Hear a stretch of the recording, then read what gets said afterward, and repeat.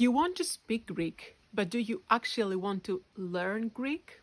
There is a difference between wanting to speak a language and actually learning a language. As a teacher, I hear a lot of students saying that they would like to be able to speak Greek with their partners or with their Greek relatives, but they are not in the right headspace or in the right moment in their life to commit to this process. In my opinion, this is not bad. It's simply understanding what you can handle at this moment in your life and what you should maybe do a little bit later. So, if you want to start learning Greek, ask yourself what is your motivation, what you are willing to invest money wise, time wise, energy wise. And if the motivation is there, you should ask yourself, is this the right moment in my life to start learning Greek, or I should do it a little bit later?